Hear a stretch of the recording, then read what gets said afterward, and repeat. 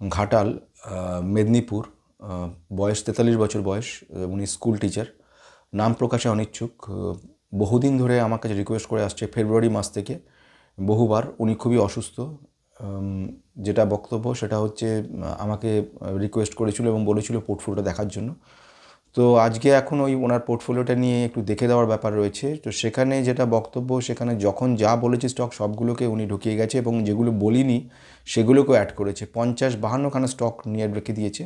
প্রথম কাজ হবে প্রথম ঝাড়াই বাছাই। এক কারি স্টক যদি ভালো ভালো স্টক সব রয়েছে, এগুলি খুব মুশকিল ব্যাপার হয়। মানে তুমি কি করবে যখন একটা পোর্টফোলিও তৈরি করবে আর একটা পার্টিকুলার স্টক কিনবে, সেগুলোর মধ্যে অনেক পার্থক্য আছে।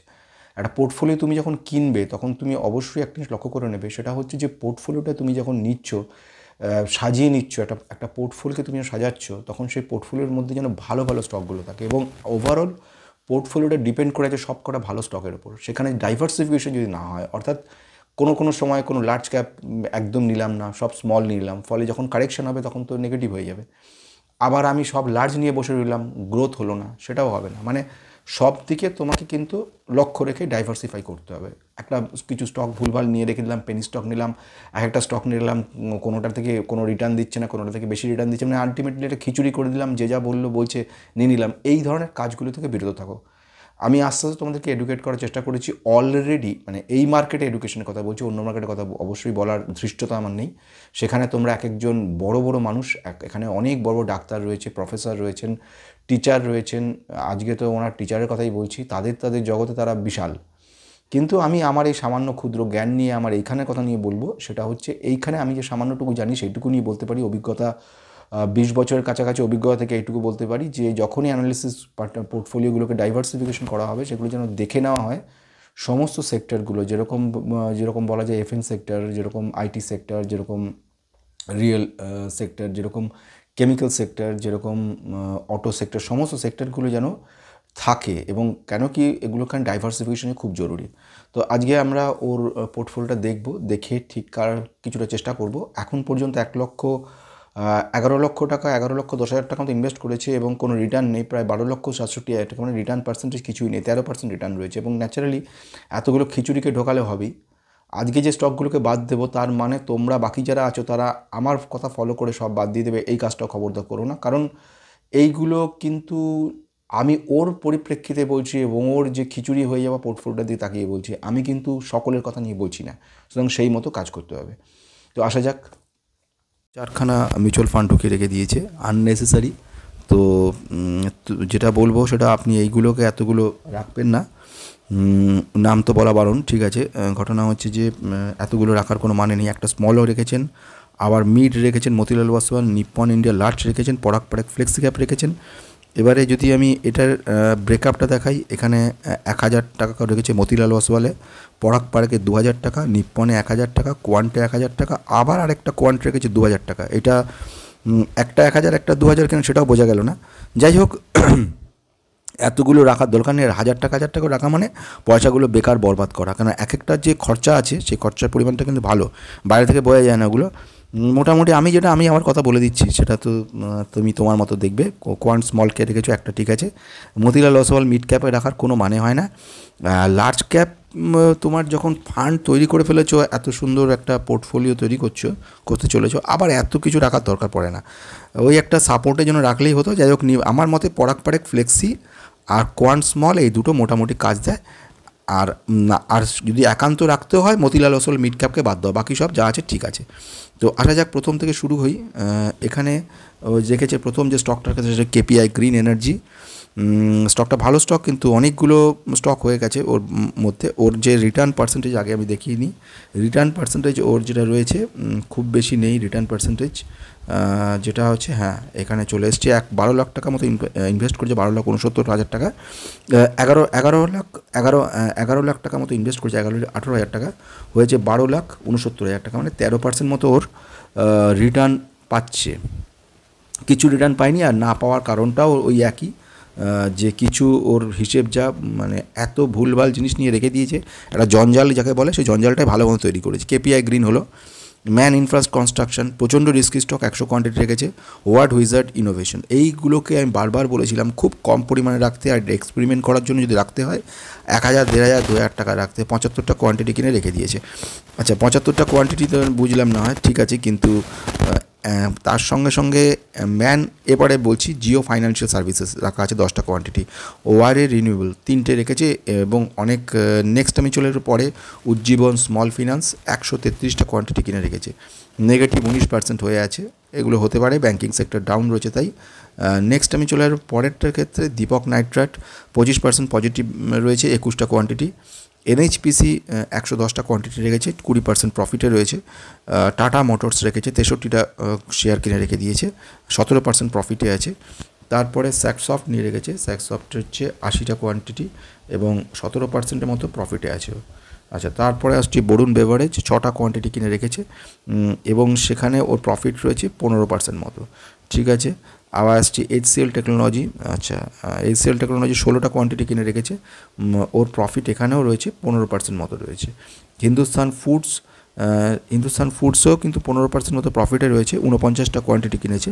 ডেটা প্যাটার্নে হচ্ছে 5টা কোয়ান্টিটি আছে, 14% মতো প্রফিটে আছে। কোম্পানিটা কিন্তু যাকে বললাম ডিফেন্স সেক্টরের একটা ভালো কোম্পানি, এগুলো হোল্ড করো, ঠিক আছে। এবার নেক্সট আমি চলে আসছি পরে, সেটা হচ্ছে এশিয়ান পেন্টস রেখেছে। এশিয়ান পেন্টস 14টা কোয়ান্টিটি আছে, কোনো প্রফিট নেই, স্বাভাবিক ঘটনা। আইনক্স 40টা শেয়ার রয়েছে, 40টা কোয়ান্টিটি রেখে দিয়েছে আইনক্স উইন্ডে, ঠিক আছে। এইচডিএফসি ব্যাঙ্ক 82টা কোয়ান্টিটি রেখেছে। আমি চলে আসবো আইডিএফসি ফার্স্ট ব্যাঙ্ক।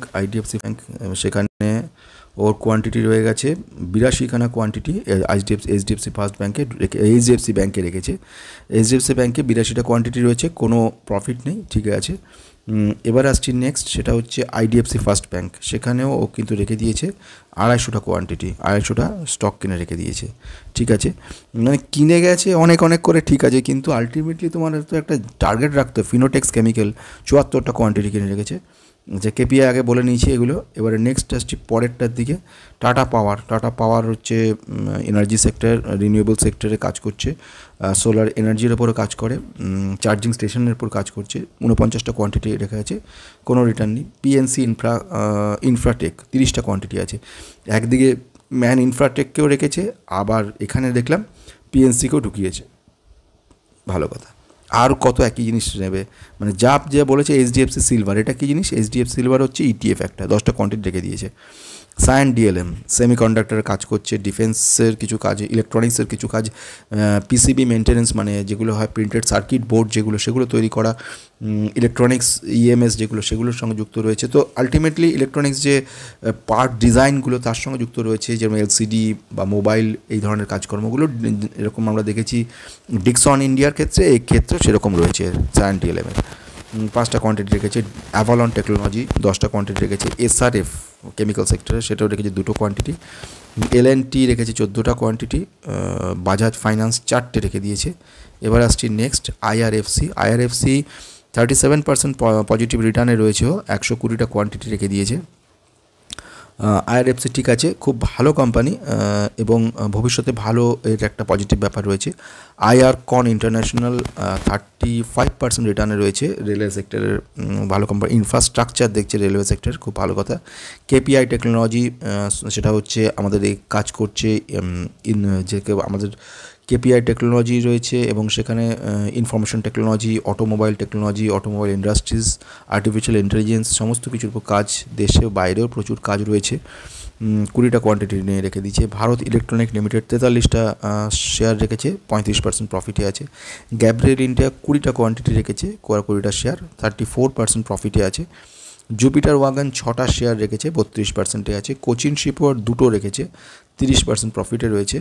মাহিন্দ্রা রেখেছে 13টা শেয়ার, একদিকে টাটা মোটরসকেও রেখেছে, আরেকদিকে মাহিন্দ্রাকেও রেখে দিয়েছে, বেশ।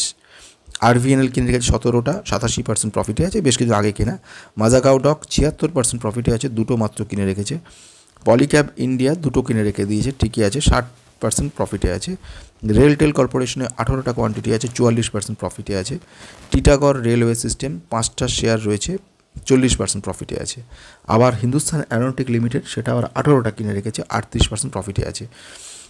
কেন আমি বলছি খিচুড়িগুলো কত গুণ পাকাচ্ছে, একদিকে ডেটা প্যাটার্নকেও রেখে দিয়েছে, অ্যাভালনকেও রেখে দিয়েছে, এইচএলকে রেখে দিয়েছে, আর রেলওয়ে সেক্টরে যা পেরেছে সব একসঙ্গে রেখে দিয়েছে, মানে কিছু বাকি নেই আর, মানে কোনো ফাঁক দিয়ে বেরোনোর উপায় নেই যে প্রফিটটা, এই চিন্তা ভাবনা নিয়ে রয়েছে। এভাবে হয় না, এটাতে পুরো খিচুড়ি ছাড়া এই কারণের জন্য ছটফট করছিল, এটাই বোঝা যাচ্ছে যেগুলো কিচ্ছু নেই, মানে এমন কাণ্ড করে রেখেছে যে একদম পুরো বেকার বেকার। এখন শুধু জট ছাড়াতে, শুধুমাত্র ময়লা পরিষ্কার করতেই আমার পুরো আজকের দিনটা লাগবে।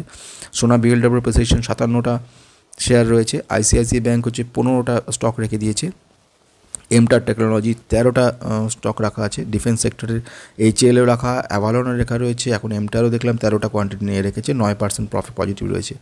হ্যাপিয়েস্ট মাইন্ড টেকনোলজি 41খানা কিনে রেখেছে, 8% প্রফিটে আছে।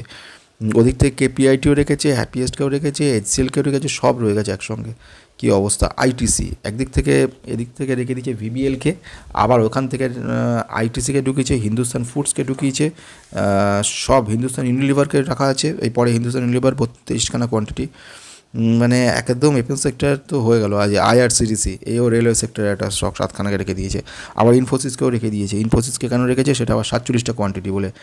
এইগুলো থেকে প্রথম জট ছাড়ানো শুরু হবে, সেগুলো ঠিকঠাক করে শুনে নাও, নিয়ে এই অনুযায়ী কাজ শুরু করো। প্রথম ঘটনা যেটা সেটা আমি বলে দিই, একদম প্রথম থেকে শুনে নাও, যেগুলো বাদ যাচ্ছে। প্রথম তো এইখান থেকে প্রথম বাদ দাও, মতিলাল ওসওয়াল মিড ক্যাপকে বাদ দাও, সেই টাকাটুকু ইনভেস্টমেন্ট করে দাও এখানে। আচ্ছা, কেপিআই গ্রিন ম্যান ইনফ্রা সব ঠিক আছে। এখান থেকে প্রথম ওয়ার্ড উইজার্ড, এটা তোমার কোনো প্রফিট দিচ্ছে না, লাভও দিচ্ছে না, প্রচুর রিস্ক নিয়ে রেখে দিচ্ছ, ঠিক আছে, আমি এখন না করছি না। ওয়ারি কিন্তু অনেক ডাউন হবে, তোমার 7% দেখাচ্ছে। আচ্ছা, উজ্জীবন স্মল রেখেছো, ভালো কথা। এবারে আসছি, দীপক রেখেছো, এনএইচপিসি, টাটা মোটরসকে বাদ দিয়ে দাও, কারণ মাহিন্দ্রাকে রেখে দিয়েছো। স্যাকসফট, হ্যাপিয়েস্ট মাইন্ডের মধ্যে যে কোনো একটাকে সরাতে হবে, হ্যাপিয়েস্ট মাইন্ডকে আমি অফ করছি। বরুণ বেভারেজকে রেখেছে যখন, হিন্দুস্তান ইউনিলিভার, আইটিসি, এই দুটোকে বাদ দাও। চলে আসছি পরের দিকে, সেটা হচ্ছে এইচসিএল টেকনোলজিকেও তুমি রেখে দিয়েছো, আবার ওখান থেকে তুমি কেপিআইটিকে রেখে দিয়েছো, আবার কেপিআইটি, এইচসিএল, তাছাড়া ইনফোসিসকেও রেখে দিয়েছো। তো আমি ইনফোসিসকে বাদ দিতে বলছি। চলে আসা যাক নেক্সট জায়গায়, সেটা হচ্ছে হিন্দুস্তান ফুডসকে রেখেছো।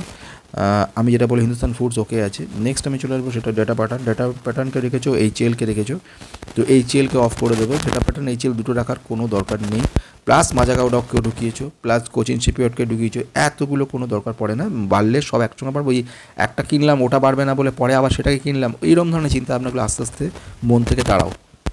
সেক্টরে যখন উন্নতি হবে তখন কোনো একজনকে ফেলে রাখবে না, সব জায়গাতেই উন্নতি হবে। এক জায়গায় পড়ে রইলো, সেটা যদি সেরকম পড়ে থাকে তাহলে বুঝতে হবে অনেক গণ্ডগোল আছে, সেটা নর্মালি সবগুলোই বাড়ে। এশিয়ান পেন্টস ঠিকঠাক আছে। এবার আসছি নেক্সট, এইচডিএফসি ব্যাংকের সঙ্গে রয়েছে, আবার আইসিআইসিকে রেখেছো। তো আমার মতে আইসিআইসিকে তাহলে অফ করে দাও, বা এইচডিএফসিকে অফ করো, দুটোর একটাকে অফ করো। আইডিএফসি ফার্স্টকে রেখেছো, উজ্জীবনকে রেখেছো, দুটোর মধ্যে একটা অফ করো। যেহেতু উজ্জীবনকে আগে রেখে নিয়েছি, তো আইডিএফসিকে অফ করে দিতে পারো এখানে। ফিনোটেক্সকে রেখেছো, দীপককে রেখেছো, এই দুটোকে রেখে দিয়েছো। আবার কেমিক্যালস, এসআরএফকে রেখেছো, এসআরএফকে অফ করে দাও। এবার আসছি নেক্সট, সেটা হচ্ছে কি পিএনসি ইনফ্রা রেখেছো, আবার ম্যান ইনফ্রা রেখেছো।